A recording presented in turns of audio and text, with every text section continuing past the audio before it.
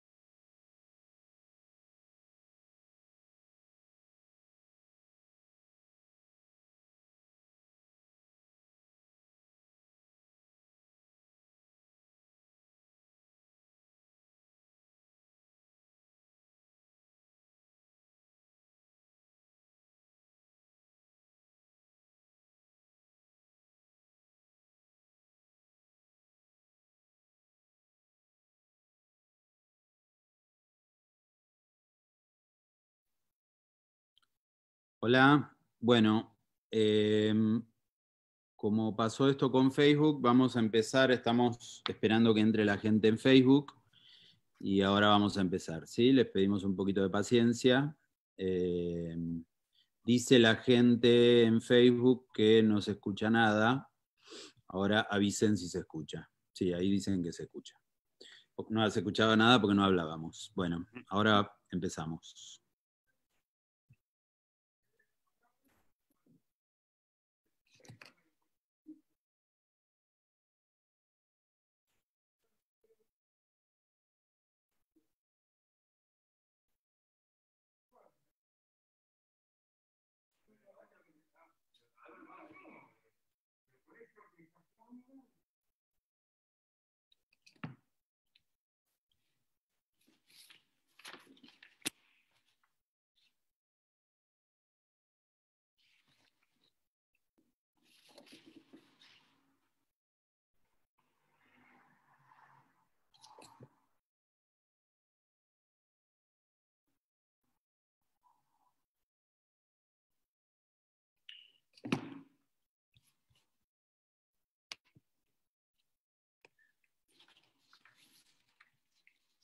Bueno, Muy bien. empezamos. Ahí está. Bien, bueno, buenas tardes para todos. En nombre de mis compañeros, Patricio Álvarez, Alejandra Antunes, Paula Usni, Viviana Mossi, Esteban Kleiner, les damos la bienvenida.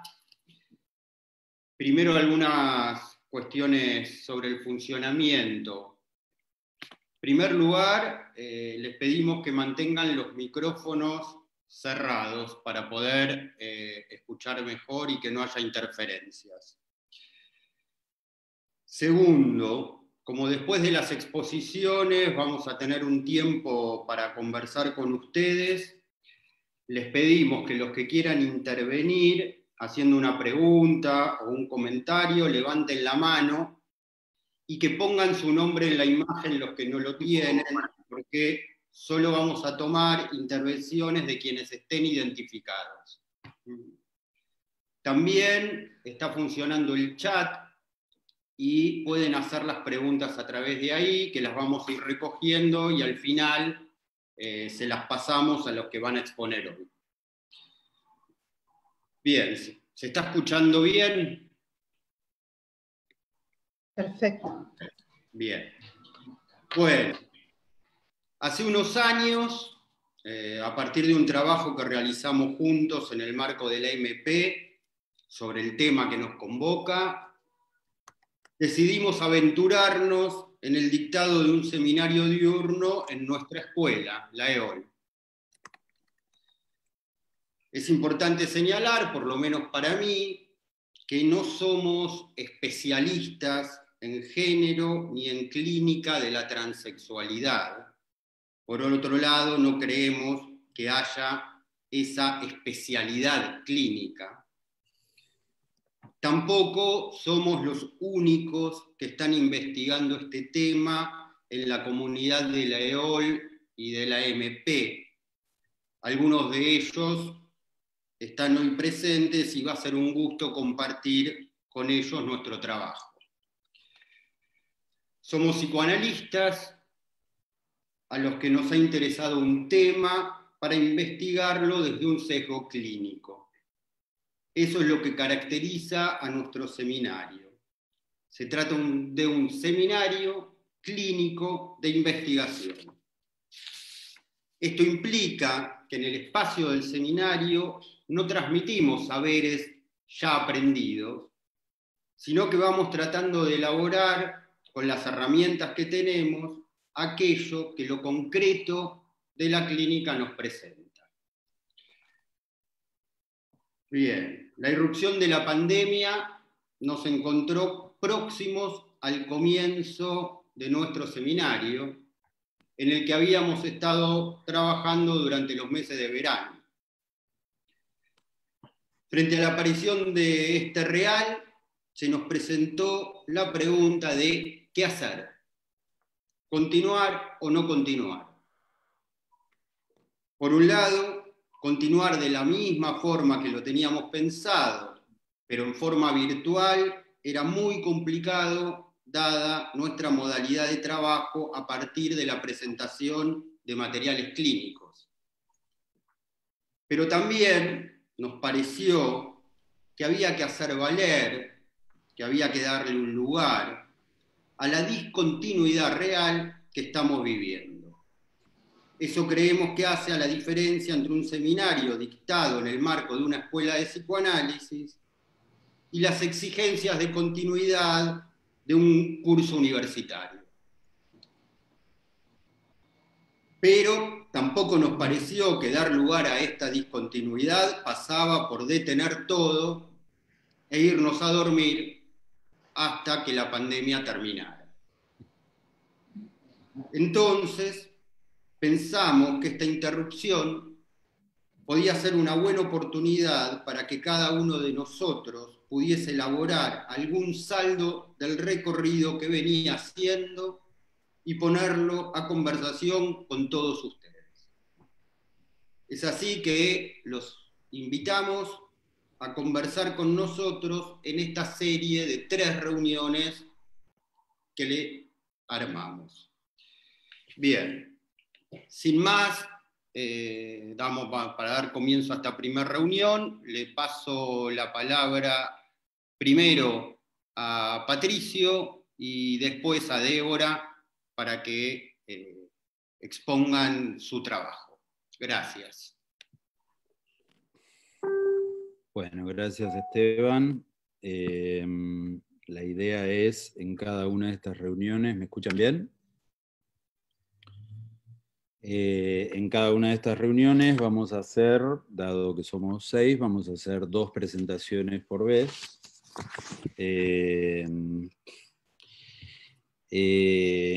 Y después haremos un diálogo con ustedes, más o menos cada una de unos 15 o 20 minutos, y después haremos un diálogo con ustedes. Bueno, el tema que voy a desarrollar en relación al tiempo de trabajo que venimos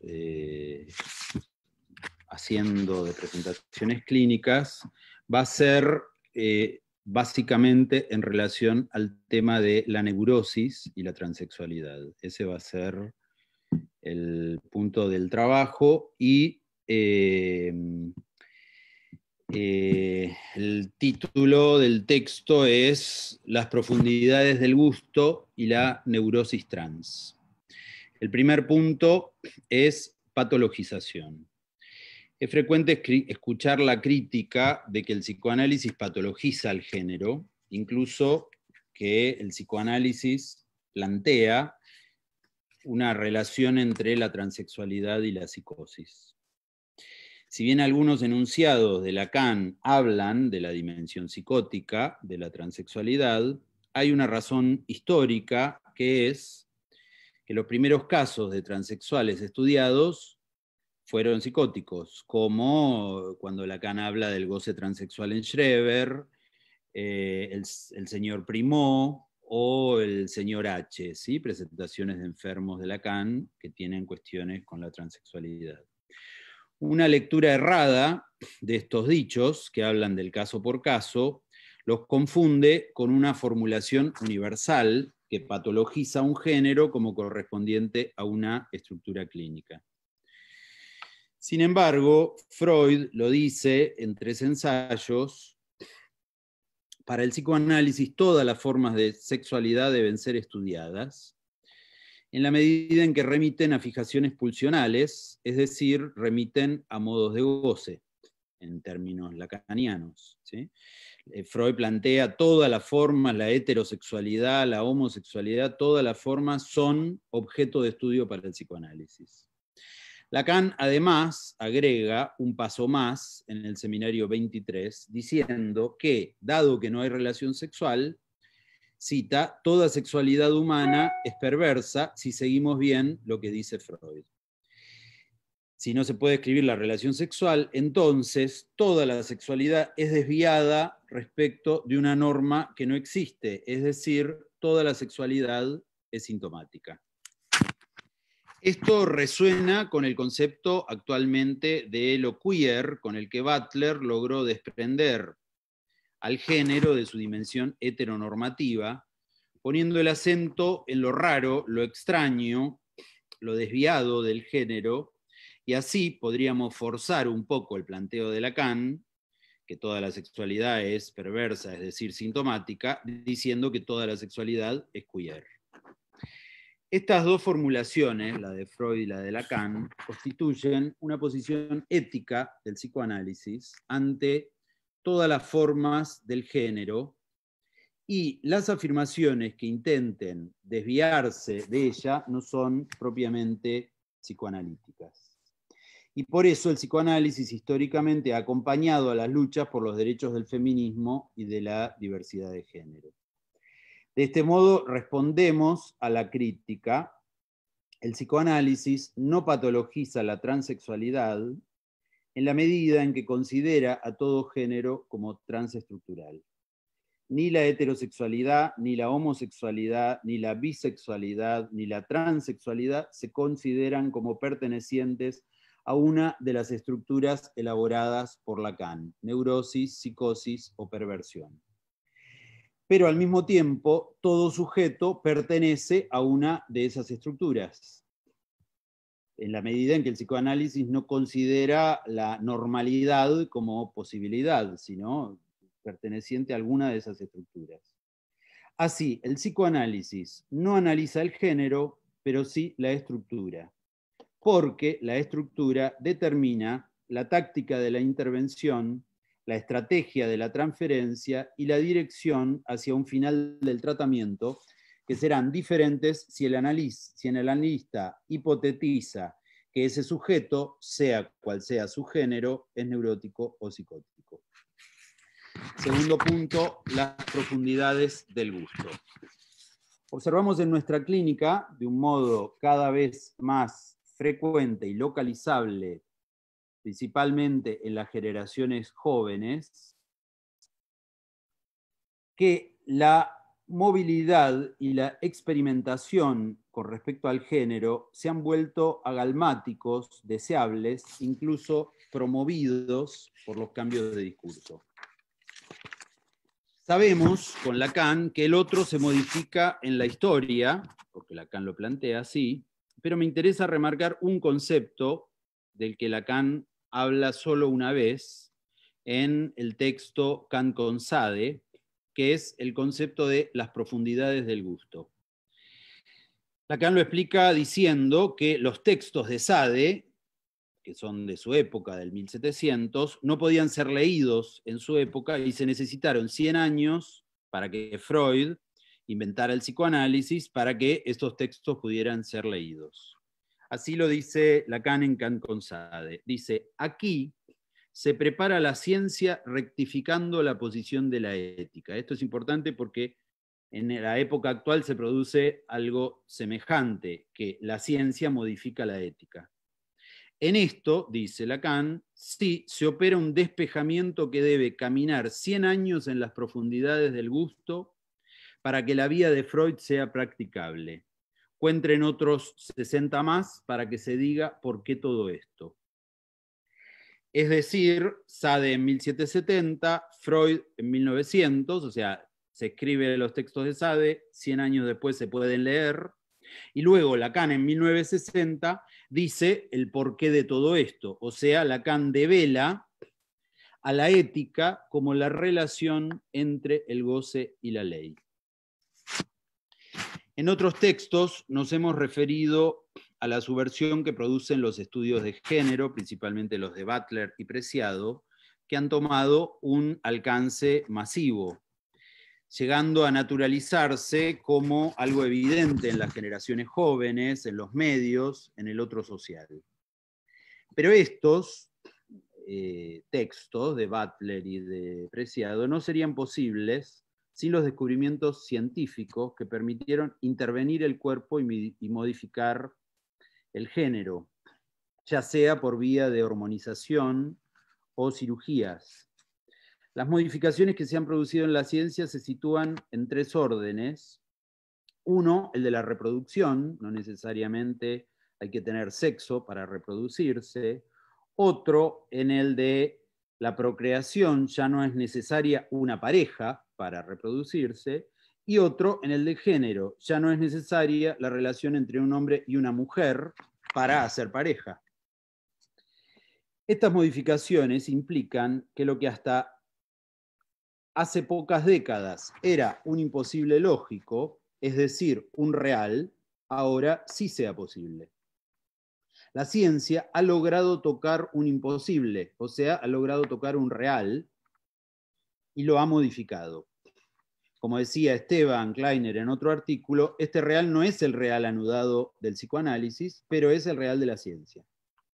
Por eso nos interesa el concepto de Lacan, citado antes, de las profundidades del gusto, que plantea cómo en la época de Sade la ciencia rectificó la posición de la ética, porque asistimos ahora a algo parecido.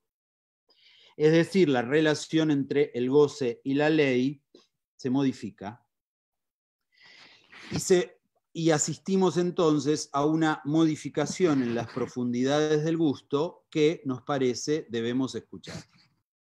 Lacan habló de la ética griega, de la ética cristiana, de la utilitarista, de la ética capitalista, y en cada una las relaciones entre el goce y la ley fueron diferentes, o sea, se modificó la ética. Entonces nuestra pregunta es, ¿asistimos a una ética del género en nuestra época? Si la hay, si podemos decir que las profundidades del gusto han cambiado, esto implicará consecuencias en relación a la ética del psicoanálisis. Que alguien quisiera transformarse en mujer en el siglo XIX podía considerarse un delirio, como Schreber, pero ahora es posible. Y para un sujeto neurótico esto puede ser deseado, fantaseado, incluso realizado, sin que medie en ello ni una certeza, ni un empuje a la mujer, ni una irrupción de goce. Tercer punto entonces, neurosis trans. A partir de esto ubicaré algunas enseñanzas que nos ha dejado la discusión clínica realizada en este seminario durante 4 años, centrándome en las variables de la neurosis, es decir, cómo se modifica la neurosis en relación a esta nueva ética del género, si es que podemos hablar de ello, ¿no?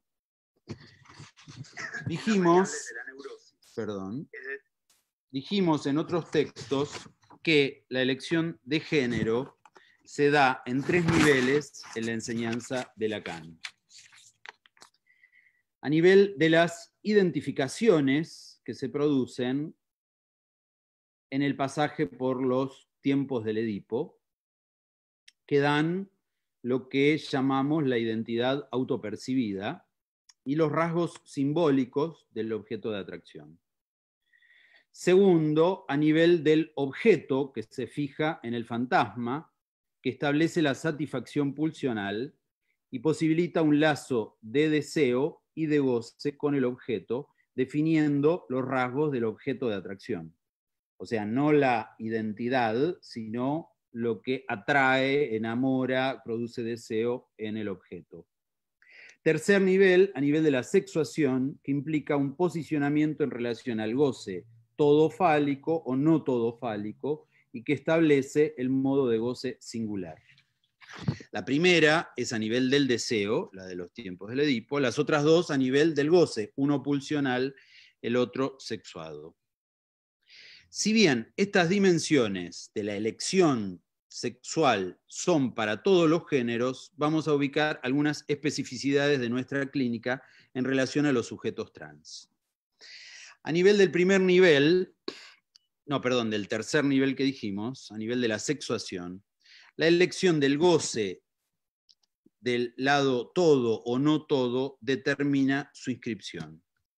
En algunas mujeres trans con estructura neurótica, a partir de acá, supongo que lo conocen, pero si hablamos de mujer trans, nos estamos refiriendo a aquello en lo que ha devenido, mujer trans, o hombre trans, chico trans, chica trans, etc. Estamos hablando de aquello en lo que ha devenido. En algunas mujeres trans con estructura neurótica, la dimensión de un goce indecible, no regulable, contingente, determina la inscripción del lado femenino. En algunos hombres trans, la dimensión de un goce localizado, limitado, repetitivo, determina su inscripción del lado hombre. Por su parte, las identificaciones a nivel del ideal del yo, o sea, de los tiempos del Edipo, acompañan o no esa elección de goce, dándoles una identidad que los lleva a situarse como hombres o mujeres trans. Las identificaciones edípicas en el ideal del yo, que llevan en el sentido freudiano a ubicar a la madre o al padre como objeto de amor o bien de identificación, por ejemplo, la madre como objeto de amor, el padre como objeto de identificación, etc., se imbrincan desde el campo del deseo con la elección de goce producida a nivel de la sexuación. Estos dos elementos, entonces, la elección sexuada y la identificación, determinan a menudo la identidad. Lacan dice en el seminario 24, la identificación se cristaliza en una identidad. En el caso por caso vemos que ha sido determinante en algunos casos la elección de goce producida en el nivel de la sexuación, o bien la elección identificatoria, o bien los dos para la identidad autopercibida. Por otro lado, ese tercer elemento, que era el nivel del objeto fantasmático, que lleva al sujeto a hacer un lazo con el otro, ahí encontramos las diversas fijaciones pulsionales que hacen a una elección de objeto.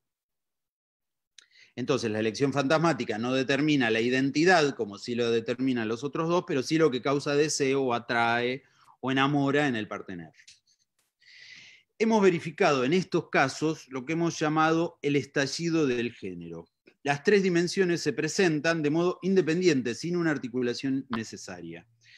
Atribuimos este estallido, como decíamos antes, a esos cambios en la ciencia y en el otro social que hemos mencionado. De este modo, un chico trans puede ubicarse del lado hombre de las fórmulas de la sexuación, tener una identificación homosexual a nivel del Edipo y ser atraído por los hombres a nivel de su elección fantasmática. O también puede ubicarse del lado hombre de las fórmulas, tener una identificación heterosexual y ser atraído por las mujeres. El estallido del género se produce en todos estos niveles. Por ejemplo, frases de pacientes. Siento como mujer, pero me excito como hombre, decía una paciente. Es algo extraño, cuando estoy con él me siento igual a él, decía otra. No sé si me excita una mujer o quiero ser ella, decía otro. Estas dimensiones ubican rasgos singulares del deseo y del goce en la neurosis.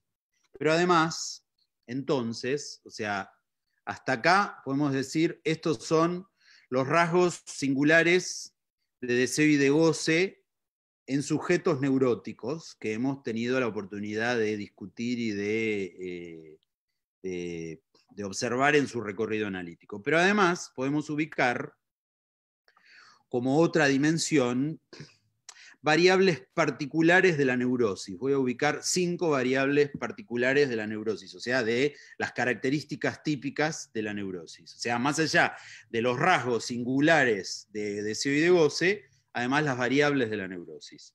La primera es la modificación a nivel del ideal del yo.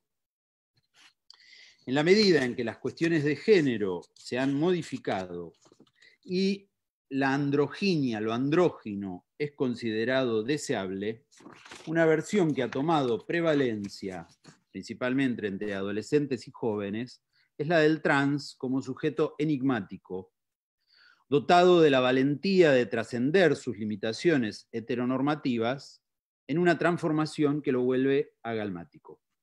Una persona trans es en algunos casos un lugar de identificación posible para otros en relación a su propio género. Un lugar, como decíamos, agalmático a nivel del ideal. Un poquitito más lento, Patricio. Un poquitito más lento piden que vayas. Gracias. Voy más lento. Entonces, primero están del lado de la neurosis todos los rasgos singulares en esos 3 niveles: sexuado, identificatorio y del objeto, ¿sí? Segundo, las variables propias de la neurosis. En el primer nivel ubicamos las variaciones a nivel del ideal del yo. El segundo nivel es la dimensión de la otra mujer en la histeria. Observamos casos donde la otra se ubica en los niveles de los que habitualmente se ubica la otra, que es en el nivel de la amiga, en el nivel de la rival, en el nivel del modelo, en relación a la pregunta por lo no inscripto de la femineidad. Ya sea para trans hombres o trans mujeres, la dimensión de la otra suele presentarse en las formaciones del inconsciente. Por ejemplo, mínimo ejemplo, de un caso, una paciente había decidido hormonizarse, el momento de la hormonización es un tiempo después de enterarse que su exnovia se había casado con una mujer. Tercer, entonces, modificación a nivel del ideal del yo, modificación a nivel de la dimensión de la otra mujer. Tercer nivel, que se relaciona con las anteriores, es la dimensión identificatoria, pero de identificaciones simbólicas, no de las identificaciones de los 3 tiempos del Edipo, sino de las identificaciones, como dice Freud, formadoras de síntomas. La identificación histérica al rasgo de deseo común, la identificación al rasgo de la histeria, es muy habitual en las transformaciones de género, principalmente en los casos de las transformaciones transitorias, que a veces se produce una modificación que luego no es permanente, sino que después varía hacia otras homosexuales o bisexuales o alguna otra elección. Es habitual entre los adolescentes este tipo de identificación histérica, donde observamos que se producen distintos nombres y modificaciones corporales, variables. Por ejemplo, un adolescente trans ya había modificado 3 veces su nombre de varón, uno en relación a su pareja, se había puesto un nombre, luego, en otro momento, cuando se pelea con su madre en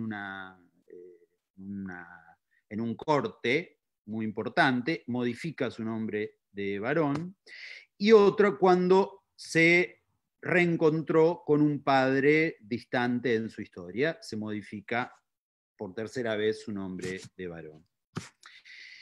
La identificación al rasgo amado, al rasgo rival, también es habitual en las identificaciones neuróticas. Bien, hasta ahí 3. Ideal del yo, otra mujer, identificaciones simbólicas.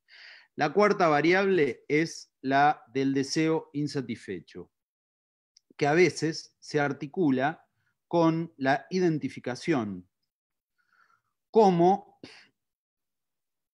en una adolescente que a partir de un desencuentro amoroso con su primer amor pasa a tener, acá estamos hablando no de una chica trans, sino que estamos hablando de una chica, una adolescente que primero tiene un desencuentro amoroso con su primer amor, pasa a tener una relación con varios hombres, luego se pone de novia con una chica, al tiempo le propone a esa chica tener una relación ahí se llama lesbiana, al tiempo le propone a esa novia tener una relación poliamorosa con otra chica, ahí se nombra poliamorosa, de este modo las 3 están de novias, y luego se plantea la posibilidad de operarse para sentir como un hombre y para darle a estas 2 novias una satisfacción desde el lado hombre. En este cuarto variable es la cuarta variable del deseo insatisfecho.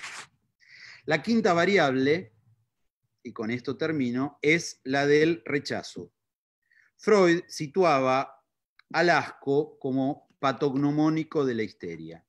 Y Lacan redefinió este asco como el rechazo al deseo en la histeria.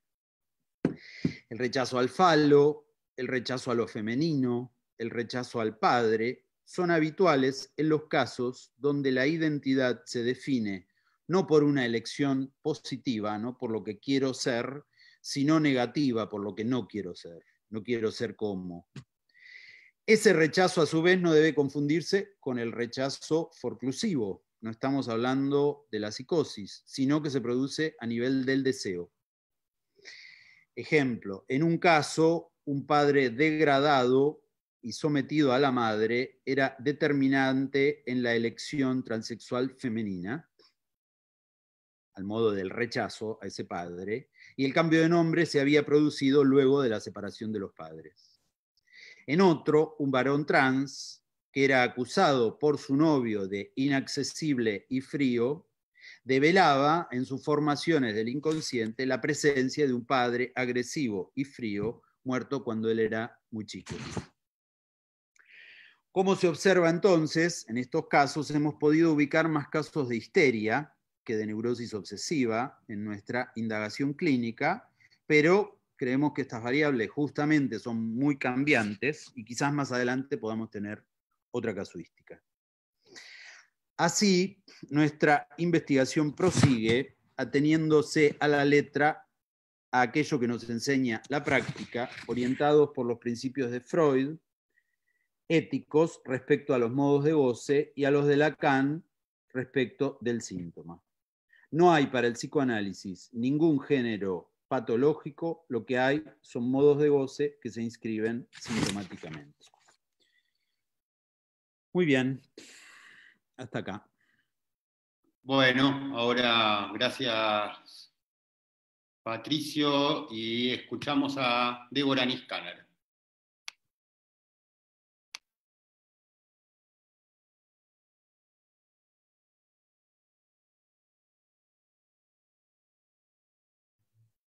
Bochi, ¿estás por ahí?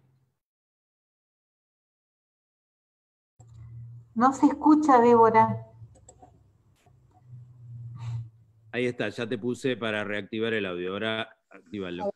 ¿Ahora? Ahí está. Ah, perfecto. Bueno, buenas tardes. Celebro la ocasión de esta conversación. Tal como mis compañeros y amigos presentaron, este es un seminario y como tal lo entendemos como un laboratorio de trabajo. Y el título que le puse a mi texto es Destellos clínicos, porque entiendo que de lo que se trata es de un principio y no de una conclusión, con lo cual nos interesa que puedan ir escuchando los resortes por donde nosotros vamos tomando desde la práctica los conceptos. La llamada clínica trans adjetiva un tipo de práctica que por momentos objeta lo que es para el psicoanálisis los principios de una experiencia analítica caracterizada por lo sin igual. Conocemos los fundamentos de lo que implica una clínica orientada por el Edipo, una clínica orientada por el objeto A, una clínica orientada por la sexuación o por el síntoma. Sin embargo, ¿dónde ubicar lo que impone el prefijo trans cuando en su definición implica transformación?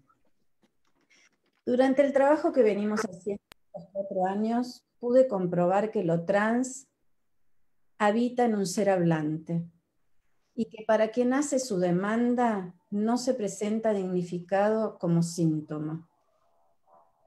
Sí lo es para el psicoanálisis en su intento de saber cómo responder a esto. Este es el fundamento y fundamentalmente un S1, lo trans, que cobra valor con la época actual. Y la pregunta de rigor para nosotros es ¿a qué responde este significante? Lo que hace que nos veamos en la responsabilidad de establecer una diferencia entre lo que es del orden clínico y lo que es definido como un ser transexual. Pensar esta clínica a través de lo particular nos recuerda que en una experiencia analítica, el inconsciente escribe de manera única. Es la razón por la que el goce es imposible de colectivizar. Y si nos importa la lengua del otro, es porque atraviesa un cuerpo. Y en este sentido, interesa cómo piensa, qué soluciones e identificaciones ofrece a la existencia de un sujeto. ¿Cuándo participamos los analistas? Nos consultan, nos demandan cuando algo se desacomoda en lo alcanzado por una identificación. Por donde tarde o temprano el goce juega su partida, se antepone. En las demandas no hay la interrogación o la duda sobre lo que ha sido una temprana decisión inconsciente en el orden de esa identificación. Esto es del orden del inobjetable. Y es lo que a mi entender se presenta solidificado como un S1. El sufrimiento se concentra en lo que desborda el cuerpo.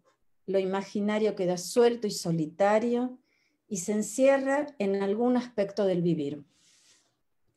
En nuestro horizonte, las cuestiones de género no son un tipo clínico, tampoco un trastorno, y menos un déficit. Lo que leemos de un caso se encuentran bajo las coordenadas de lo que es, para nuestra orientación lacaniana, lo imaginario, lo simbólico y lo real.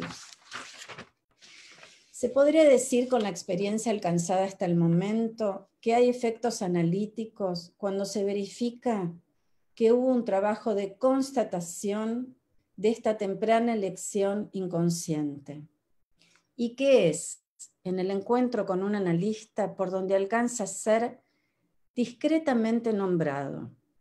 Algo, un poco, lo suficiente para que sea enganchado al real en juego de cada uno. Entonces, y consecuentemente, los arreglos en la vida advendrán bajo los llamados efectos terapéuticos. Es una práctica donde pudimos comprobar la implicancia de lo que supone contar con el concepto de invención. En la posibilidad, cito, esta es una definición de Lacan en el seminario 18, en la posibilidad de encontrar una buena cosa ya bien instalada en un rinconcito y que se hace bajo la forma de un hallazgo. En esta práctica, el uso de la asociación libre no siempre es conveniente. La sutileza clínica se lleva muy bien con lo discontinuo. Al leer para esta ocasión las presentaciones de casos, fueron 3 hallazgos, entre varios, los que se presentan a mi parecer como hitos clínicos. La creencia temprana de habitar un cuerpo equivocado, en donde significante y falo se encuentran desacomodados. En una segunda cuestión, nos topamos con las marcas de acontecimientos infantiles filiales de carácter especular, en donde se detecta la imposibilidad de velar el impacto del exceso imaginario a nivel del órgano.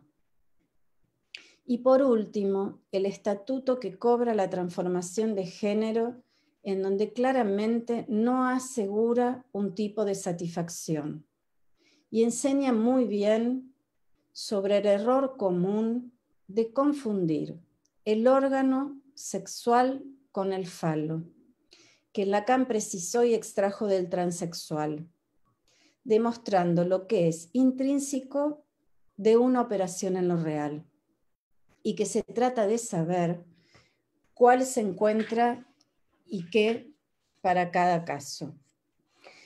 Lo notorio de las perturbaciones de la imagen corporal pueden tomar la forma de una irrupción del órgano peniano, tanto como lo intempestivo que hay en la presencia y crecimiento de las mamas.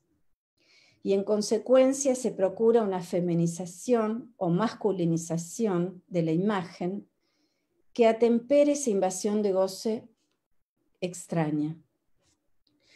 De modo que se puede constatar, y pude constatar en varios de los casos, la imposibilidad del armado de un fantasma que opere y dé alcance al objeto A, evitando que éste tome la delantera y se demuestre por la insuficiencia de una pantalla que vela.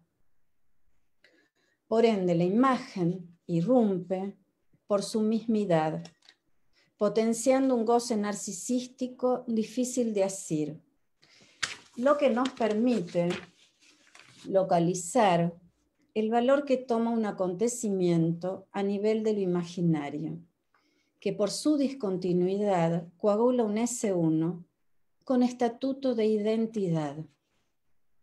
Instante el que se verifica notoriamente la función que cumple un analista, en lo que hace a una demanda, la interpretación de dicha discontinuidad destacada por su hacer silencio.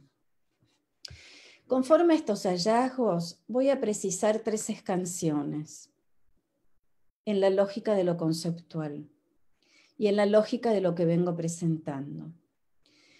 Lo que ha sido elucubrado hasta aquí, en una demanda, en la primera escansión, en lo posible de un tratamiento y en sus efectos medidos por la eficacia de una operación analítica que se ubica por lo real, el real del psicoanálisis. Primera escansión, localización de una demanda. Acá pondría pulsión y objeto. Mi sexualidad, esa parte del género, es un decir ubicado en un caso clínico, que pone a prueba este primer punto.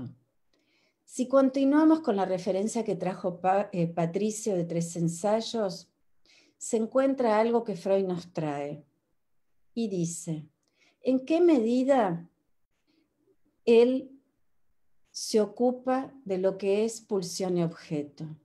Aquí podemos preguntarnos en qué medida Freud era conceptualmente transexual.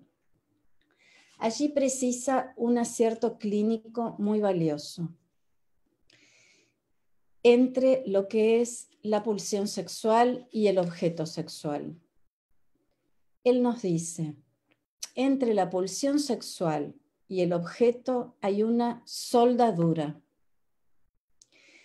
Y acentúa Freud el riesgo de suponer que la pulsión trae consigo el objeto. Por eso nos advierte, lo dice así, que debemos aflojar en nuestra concepción los lazos entre pulsión y objeto. Probablemente la pulsión sexual es al comienzo independiente de su objeto. Asistimos a un Freud despierto sobre las implicancias de una satisfacción pulsional, tal como dijo Patricio recién en términos lacanianos goce, que es por estructura desenganchada y en espera. Además propone al analista dejar en suspenso su juicio por normativizar el destino de una pulsión. Cuestiona en este punto que nos ubica de lleno en el valor de respuesta que hay en lo intrínseco de una identificación, cuando ésta se constituye como resultado de una satisfacción pulsional. Pero sabemos, y lo venimos constatando y comprobando, que el goce no es alcanzado por una identificación. Y en esto, la última enseñanza de Lacan nos resulta muy fecunda para leer lo que no es alcanzado. El goce al que se refiere Lacan en la última enseñanza es signo de una perturbación en el ser hablante con su propio cuerpo. Razón suficiente para que el goce sexual, en lo leído de los casos, se presente entre comillas y que se demuestre que el goce sexual no se encuentra especificado por el binario hombre-mujer, sino por la vía de lo que se constituye en una imagen. En este hallazgo, el objeto como asexual es de gran utilidad clínica, en tanto se demuestra cómo éste desgarra lo imaginario. Es una referencia de Miller en el curso del ultimísimo Lacan que nos permite esclarecer un circuito clínico importante porque se trata de contar con el objeto A de entrada en una demanda por su posibilidad de cercar en una voz, en una mirada, etc., un goce recortado en el cuerpo, dando consistencia y dimensión a nivel del significante. La segunda escansión se puede situar en lo que es un posible tratamiento, que lo puedo llamar de la identificación al síntoma. En la cita recién leída por Patricio, la identificación es lo que se cristaliza en una identidad, cita tomada del seminario 24, lo que hay es una pregunta por la relación que existe entre el interior del psiquismo y el uso corriente de lo que llamamos identificación. Que la identificación se cristaliza en una identidad es lo que en términos freudianos se implica en la idea de lo que es una fijación. De las tres identificaciones, una al padre, calificada por el amor, otra, la histérica, hecha de participación, es la tercera forma que le importa a Lacan, por la fabricación de un rasgo, conocido como un rasgo unario, en donde el amor no es una condición. ¿En qué medida esta tercera forma cobra importancia? Subrayo aquí fabricación. Esta tercera forma es lo que lo conduce a preguntarse por el destino de una identificación al final del análisis. Si bien no es el tema que hoy nos importa, ahí hay algo que sí nos importa porque nos da una orientación para lo que es esta clínica actual. ¿En qué punto? En que lo conduce a preguntarse por el destino de esta tercera forma, el destino de esta tercera identificación al final del análisis. Es una identificación que Lacan en ese seminario la llama neutra, respecto de las dos anteriores, donde, a mi entender, hay una pista para la clínica de hoy. ¿Por qué esta tercera forma articula la identificación con el síntoma? Por ahí nos envía. Y nos envía en esta articulación al síntoma en su forma clásica.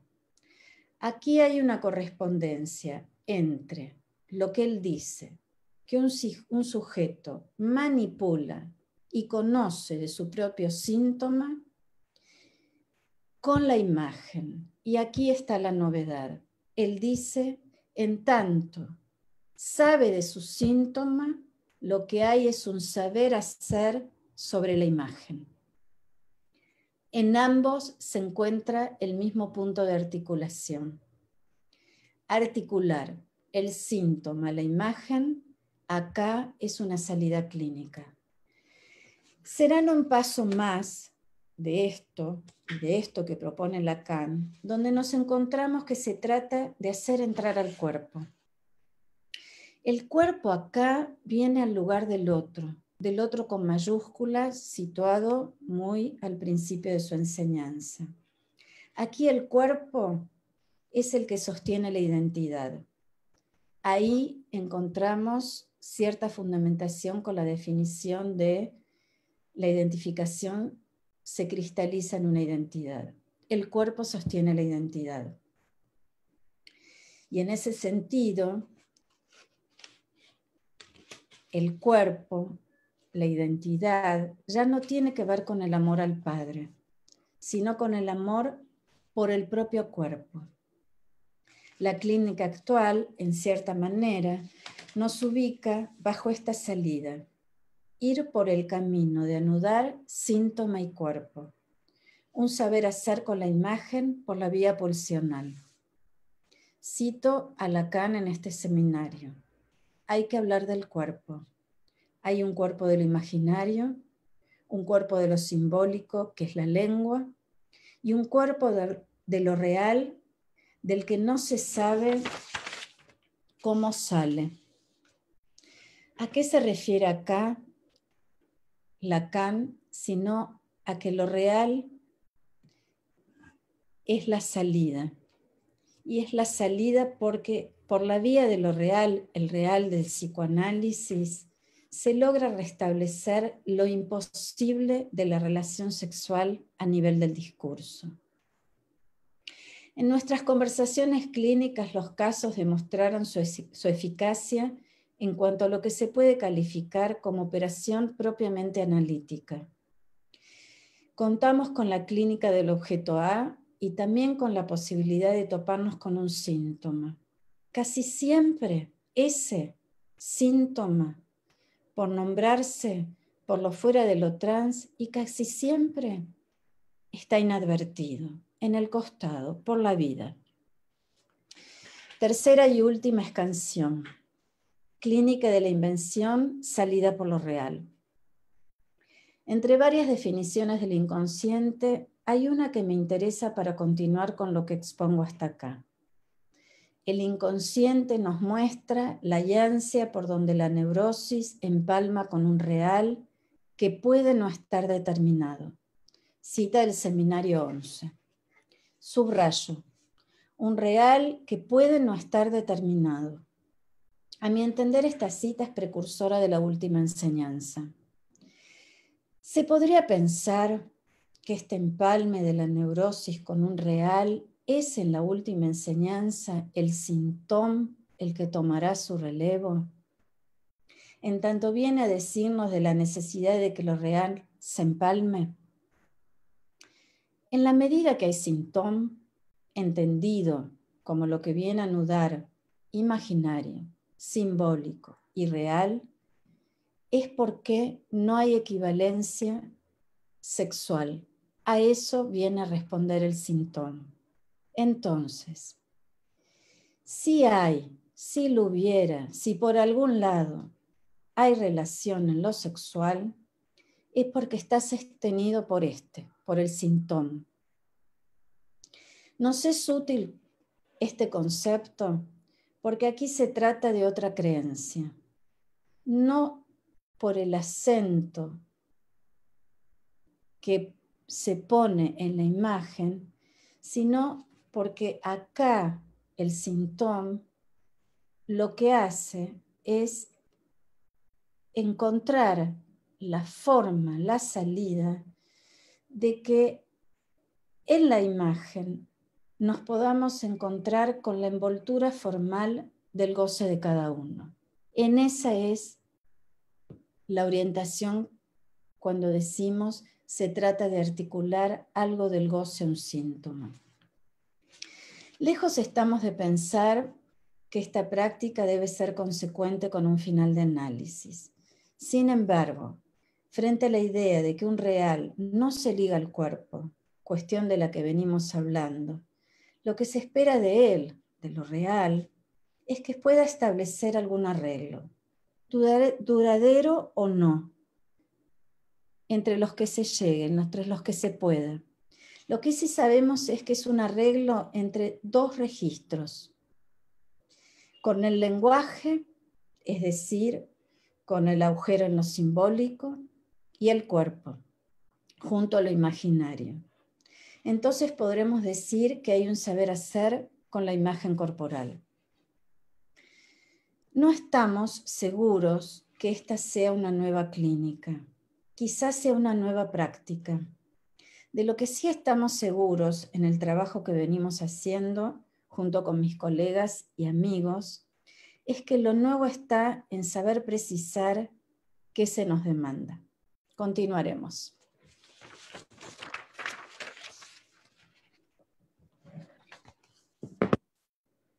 Bien, bueno, abrimos ahora un espacio, tenemos un rato para todos aquellos que quieran intervenir, ya sea levantando la mano y le damos la palabra, o a través del chat, y también a través del chat de Facebook, que es el otro lugar donde lo estamos transmitiendo. Bien, espero los comentarios y preguntas. Por Facebook las preguntas se pueden hacer por escrito. Acá ustedes pueden levantar la mano y pueden hablar, o también las pueden escribir acá en el Zoom por chat, como prefieran. Perdón, hay una primera pregunta de Camila Candiotti, no sé si está por ahí, sobre el texto de Débora. Creo que es sobre la parte inicial, cuando Débora habla de las consultas de los transexuales. Creo que te preguntaba por el segundo punto, Débora. Vos hablabas de las consultas y el dolor de existir insoportable, y te preguntaban un poco por algo del aspecto imaginario que vos hablabas. Entiendo que esa es la pregunta de Camila, pero Camila, si vos querés decir... Paula, hola. Sí, yo pregunté, pero no soy Camila Candiotti. Camila Ramos es mi apellido. Hay una pregunta... Esa pregunta era tuya. Sí. En realidad porque ella habló de 3 hitos clínicos y el segundo me había quedado colgado. Dijo que el primero era la creencia temprana de habitar un cuerpo equivocado, después nombró otro que ese me quedó medio colgado, y después nombró el tercero, que era el estatuto que cobra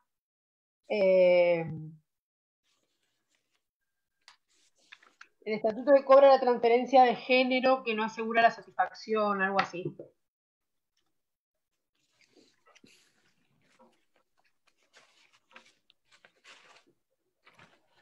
¿Esperamos más preguntas y después contestamos varias?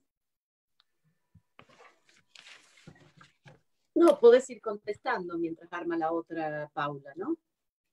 Bueno. Creo que había otra, pero... ¿Sí? Bueno. Veo acá. Paula Ramos. Camila Ramos. Camila Ramos. Hoy estamos con los nombres y los apellidos. Camila Ramos es la pregunta. Bueno, voy a tratar, Camila, de ir un poquito a ver si entiendo por ahí por dónde querés que sea respondida la pregunta, en la pregunta misma. Esos 13 puntos son un hallazgo clínico, por supuesto que no se pueden universalizar, pero sí encontramos en las dificultades de poder encontrarse con una identificación que no esté sostenida solamente por la imagen en el espejo, y más allá de la imagen en el espejo, que hay algo ahí que no puede ser velado, encontramos en las prácticas estos 3 hitos, que cuando llamamos hitos, efectivamente son porque abren a lo que para nosotros sería el laboratorio de investigación en el seminario.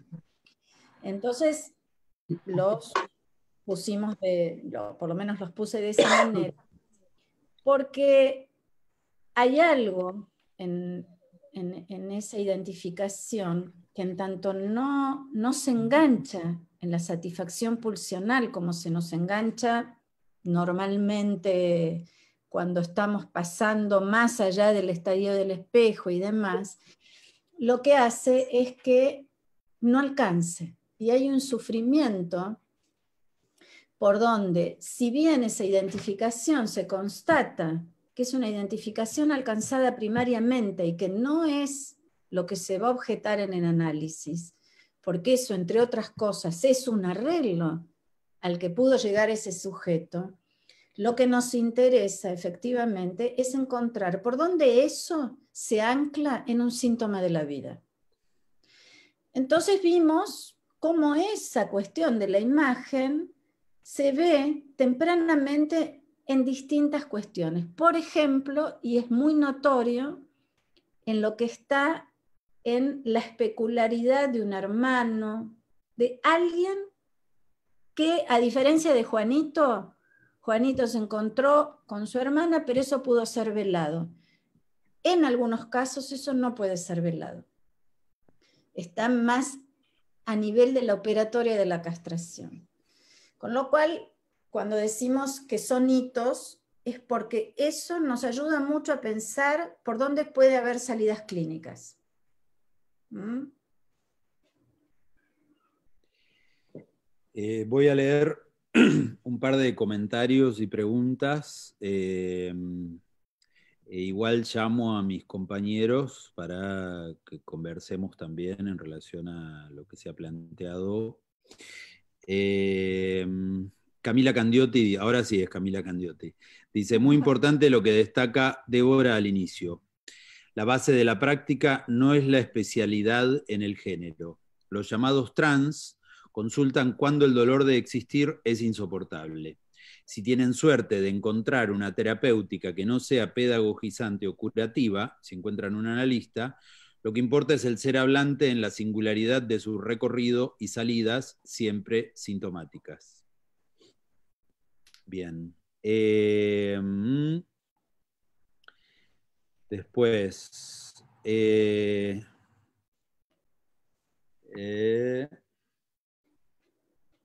otra en Facebook. Acá también Emilia Baricello dice, sería importante aclarar si cuando hablan de transexualidad también hablan de transvestismo y transgénero en un mismo escalafón de análisis teórico en este seminario. También comentar que, si bien aquí se plantea que el psicoanálisis no patologiza el género, sí lo han hecho por décadas los manuales de trastornos mentales y que aún están arraigados en muchos analistas y psicólogos. Bien. Y después en el Facebook dicen, me gustaría saber si Patricio podría volver a mencionar las 5 variables.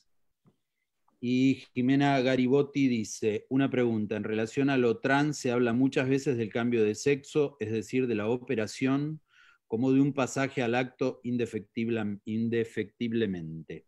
¿No podría pensarse como un acto en el sentido de un antes y después en la vida del sujeto que anuda simbólico, imaginario y real? Esta es pregunta de Jimena Garibotti, dije. Bueno. Pato, ¿querés tomar la palabra con la cuestión de lo trans, transexual, transvestismo? Bien, tomo primero la pregunta de Jimena Garibotti. Bueno, justamente esa era la intención desde el inicio en relación a la cuestión del patologizar o despatologizar. También tomo lo que decía Emilia Baricello, que sí, durante mucho tiempo en los manuales de trastornos mentales esto estuvo asociado a la patología, digamos, principalmente desde el lado de la psiquiatría. Y hay también algunos textos psicoanalíticos que lo han trabajado desde el lado de la patología. Justamente nuestra posición es la de desvincular la cuestión del género de la cuestión de la patología, ¿sí? Los géneros son dimensiones de elección, y entonces después, a nivel del caso por caso, se verá cuando, en algunos casos, un acto,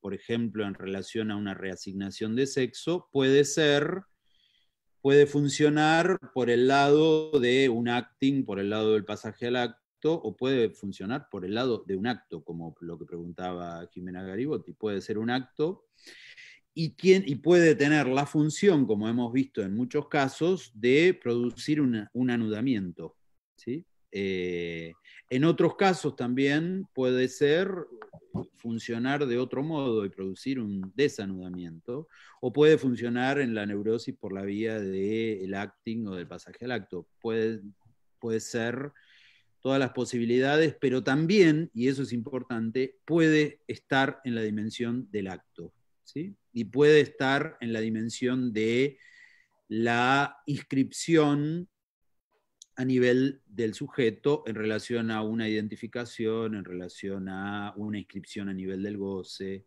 en relación al objeto, etc. ¿Sí? En cuanto a, si hablábamos de transexualidad, también hablamos de transvestismo y transgénero, no necesariamente, pero puede incluirlos, depende del caso. ¿Sí? Lo importante, me parece, en la línea que lo viene diciendo Patricio en esta pregunta, es que esas cuestiones identificatorias, cuando las venimos trabajando, tratamos de hacer una diferencia entre cómo cada sujeto se nombra y verdaderamente lo que hace efectivamente por lo que consulta, que no es eso, esos son nombres que a veces permiten nombrar una identificación, pero que nosotros estamos lejos de hacer de eso una clasificación o un catálogo.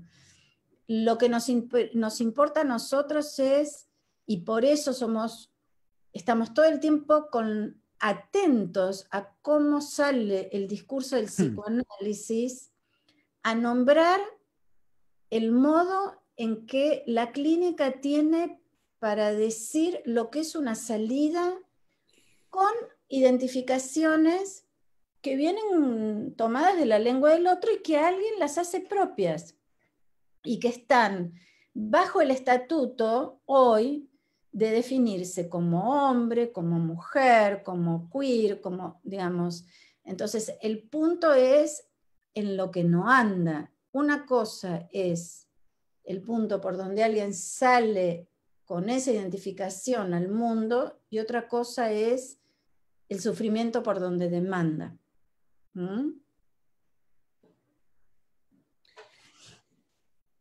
Pregunta Silvia Puipinos de Santa Fe. Débora, ¿podés ubicar la referencia en el seminario 18 que tomaste? ¿En qué capítulo del seminario 18? Sí, ahí mandé, página 46 mandó. Sí, ya gracias. Sí.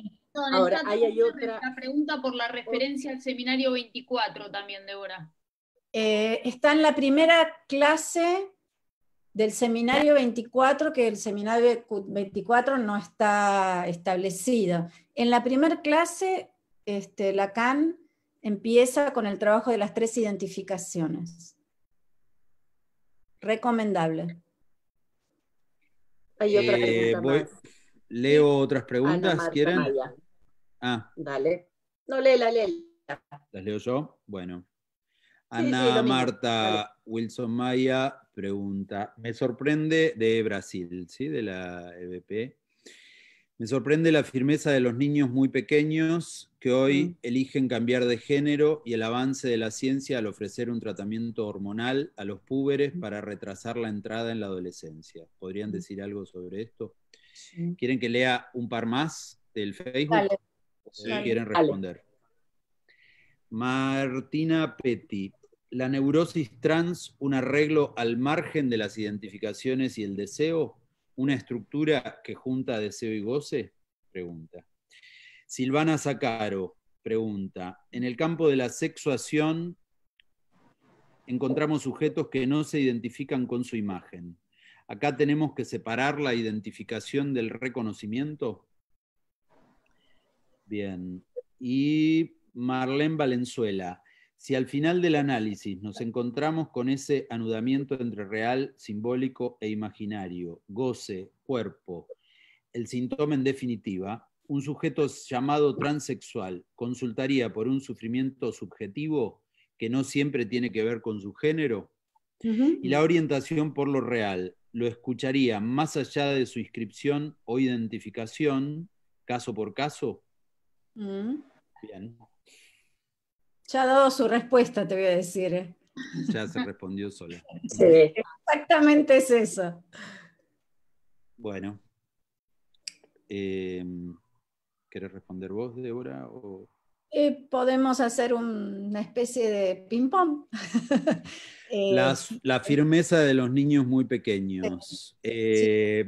La estudia François Sermet, ubicando la cuestión del concepto de certeza temprana, que no necesariamente implica la certeza de la psicosis, sino que puede implicar la certidumbre identificatoria en la infancia, ¿sí? O sea, puede tratarse de un sujeto que elige en relación a las identificaciones, pero donde todavía no se ha producido necesariamente la verificación puberal, ¿sí? Entonces, bueno, encontramos en muchos casos, digo, ahí estamos hablando de la certeza temprana que puede ser del lado de lo identificatorio, y en esos casos no se trata todavía de la verificación de la pubertad, pero se puede dar esa firmeza a nivel de las identificaciones. Y en todo caso, después se tratará en un segundo momento de esa verificación que se produce a partir de lo que Freud llamaba la segunda oleada pulsional, ¿sí? Ahí en esos casos no hablamos de una certeza en el sentido de la psicosis, sino de una certidumbre, pero que en muchos casos, en muchos sujetos, implican una toma de posición muy determinada, ¿sí? Pato, ¿puedo agregar? Pero ahí es importante la cuestión de la identificación. Y como ubicamos antes, la identificación también se produce por todas estas vías. ¿Qué ibas a decir, Esteban? Sí, agregar algo en esto, porque, a ver, sobre el punto muchas veces que alrededor del que estamos y sobre todo en relación a esta clínica y demás, que es el punto de la certeza. A ver, hace poco tiempo, el año pasado, Eric Lorán, acá en una actividad en la EOL en Buenos Aires, sobre ese mismo punto ubicó algo que abre todo un campo de investigación muy interesante para nosotros, que es hablar de las certezas, ¿sí? Y pluralizándolo, y no pensar solamente en términos de certeza, como más clásicamente podemos tenerlo ubicado en relación a la certeza en la psicosis. Eso tiene un lugar, a ver, interesante. ¿Por qué?